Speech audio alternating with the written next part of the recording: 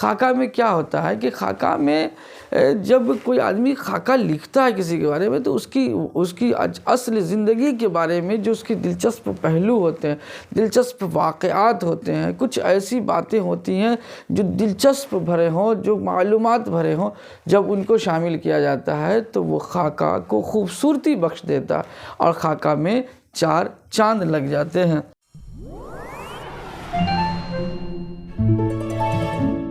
ناظرین السلام علیکم، امید ہے آپ خیریت سے ہوں گے۔ آپ کا میزبان بدر عالم شمسی آپ کا استقبال اور خیر مقدم کرتے ہیں۔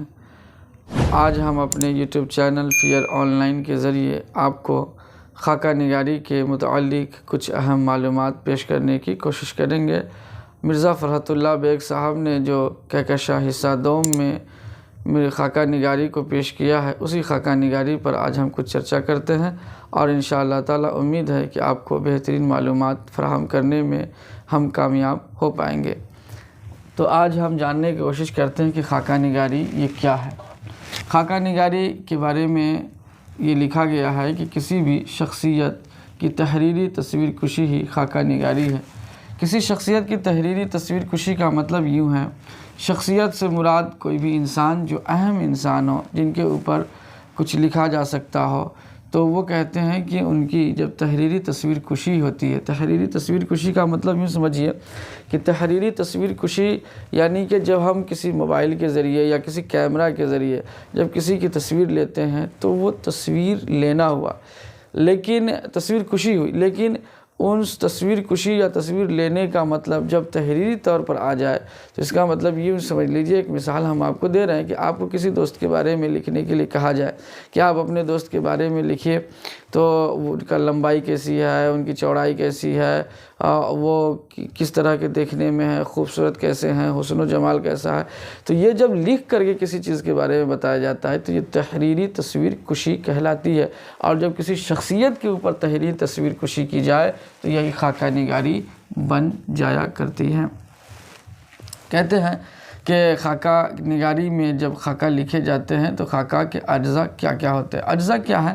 تو دیکھیے اجزاء جو ہیں وہ میٹیریل کو بولتے ہیں۔ جیسے مثال کے طور پر ہم آپ کو بتاتے ہیں کہ جب گھر تیار کرنا ہے تو اس گھر کے کچھ اجزاء ہیں، کچھ اس کے میٹیریل ہیں، جیسے بالو، گٹی، سیمنٹ، راڈس وغیرہ جو ہے یہ سب اس کے اجزاء ہوئے، مکان بنانے کے، گھر بنانے کے اجزاء۔ ویسے ہی خاکہ کے بھی کچھ اجزاء ہیں۔ خاکہ کس سے تیار کیا جائے تو کہتے ہیں اس کے کچھ اجزاء ہیں، اور وہ اجزاء کیا ہیں آئیے جانتے ہیں۔ خاکہ جو ہے کہتے ہیں کہ بیک وقت میں یعنی ایک ہی ٹائم میں، ایک ہی سمے میں، ایک ہی وقت میں وہ اس کے اندر خود نوشت بھی ہو، سوانح بھی ہو، یاد نگاری بھی ہو، انشائیہ بھی ہو، افسانہ بھی ہو اور مضمون یہ بھی شامل ہوں۔ خود نوشت کیا ہے یہ سمجھ لیجئے۔ خود نوشت کہتے ہیں یعنی کہ خود مانے اپنا، نوشت مانے لکھے۔ تو جب اپنے بارے میں جب کوئی لکھتا ہے، جب اپنے بارے میں، کس کے بارے میں؟ اپنے بارے میں یعنی اپنی زندگی کے بارے میں جب کوئی لکھنے والے لکھتے ہیں تو اسے خود نوشت کہا جاتا ہے۔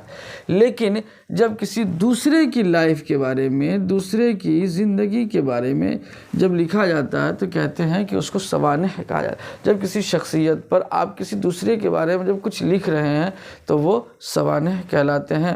اور یہ سوانح کا مطلب یہ ہے کہ وہ ان کی لائف کے بارے میں، ان کے ہسٹری آف لائف یعنی زندگی کی کہانی آپ لکھ رہے ہیں، زندگی کے معاملات لکھ رہے ہیں تو وہ سوانح میں شامل کیے جاتے ہیں۔ اس میں سوانح بھی ہو، خود نوشت بھی ہو، یاد نگاری بھی ہو۔ یاد نگاری کا مطلب یہ ہے کہ یاد نگاری یعنی کہ جو یاد ہو کسی چیز کے بارے میں یا کسی واقعہ کے بارے میں، کسی گھٹنا کے بارے میں، اور جب اس کو کوئی تحریری شکل دی جائے تو اسے یاد نگاری کہتے ہیں۔ اس میں یہ بھی شامل ہوتے ہیں۔ انشائیہ تو کہتے ہیں کہ انشائیہ اور مضمون، یوں سمجھ لیجئے انشائیہ اور مضمون یہ دونوں ایک ہی طرح کے حصے ہیں۔ اس کو بعد میں اس کے فرق سمجھ میں آئیں گے، لیکن یہاں پر یوں سمجھ لیا جائے کہ انشائیہ اور مضمون صرف ایسے ہی سمجھا جائے۔ انشائیہ اور یہ مضمون، یہ سب ایسے کی ہی ایک شکل ہے، اس کی صورت ہے۔ اس کے بعد کہتے ہیں کہ افسانہ بھی شامل ہوں اس میں۔ افسانہ کس کو کہتے ہیں؟ تو کہتے ہیں افسانہ یعنی ایک ایسی کہانی جو چھوٹی کہانی ہو اور جسے ایک ہی نشست میں پڑھ لیا جائے، ایک ہی نشست میں اسے سن لیا جائے تو وہ افسانہ ہے، وہ کہانی کی چھوٹی سی شکل اور صورت ہے۔ اس کے بعد کہتے ہیں، سوال یہ بنتا ہے کہ بہترین خاکہ کون سا ہے؟ تو کہتے ہیں کہ بہترین خاکہ وہی ہوگا جس میں سوانح اور آنکھوں دیکھے واقعات اور شخصیت کے دلچسپ پہلو اور صاحب خاکہ کی اصل قدر و قیمت کا تعین ہو۔ اس کے علاوہ خاکہ نہ زیادہ رلائے اور نہ زیادہ ہنسائے۔ اس کا مطلب یہ ہے کہ بہترین خاکہ میں جس کو شامل کیا جاتا ہے ان کے اندر کیا کیا چیزیں، کیا کیا خوبیاں ہونی چاہیے تاکہ وہ بہترین خاکہ میں شامل ہو جائے۔ تو کہتے ہیں اس کے اندر سوانح ہو۔ سوانح کا مطلب دوسرے کی لائف، دوسرے کی زندگی کے بارے میں جب لکھا جاتا ہے اسے سوانح کہتے ہیں۔ اس کے علاوہ آنکھوں دیکھے واقعات ہو۔ خاکہ میں کیا ہوتا ہے کہ خاکہ میں جب کوئی آدمی خاکہ لکھتا ہے کسی کے بارے میں تو اس کی اصل زندگی کے بارے میں جو اس کی دلچسپ پہلو ہوتے ہیں، دلچسپ واقعات ہوتے ہیں، کچھ ایسی باتیں ہوتی ہیں جو دلچسپ بھرے ہوں، جو معلومات بھرے ہوں، جب ان کو شامل کیا جاتا ہے تو وہ خاکہ کو خوبصورتی بخش دیتا ہے اور خاکہ میں چار چاند لگ جاتے ہیں۔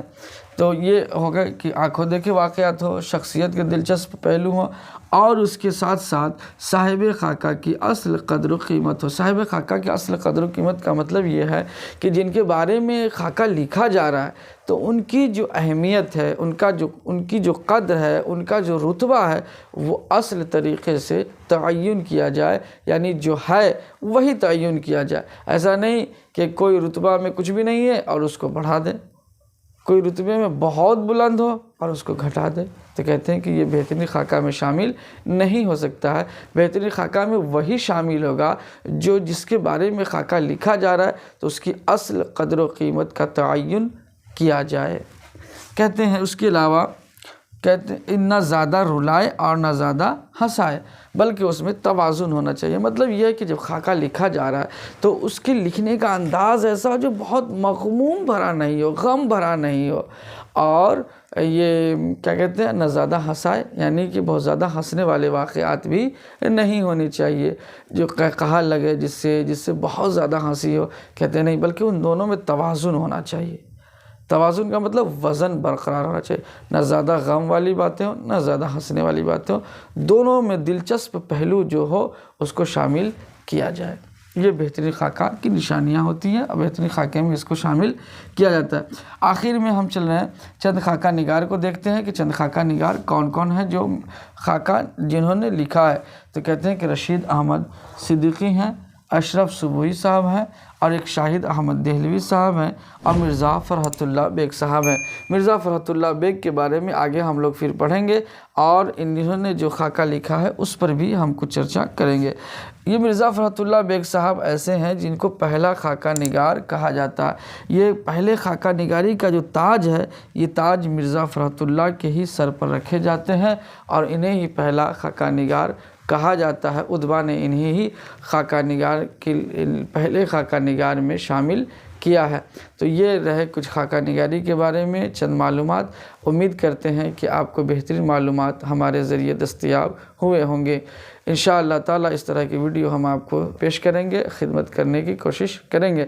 ہم چاہیں گے کہ اس کا آپ اسکرین شاٹ لے لیں اور جاتے جاتے ایک ریکویسٹ اور کریں گے، ہمارے یوٹیوب ایفیئر آن لائن چینل کو آپ سبسکرائب کریں، لائک کریں اور زیادہ سے زیادہ شیئر کریں۔ اس کا اسکرین شاٹ آپ لے لیں۔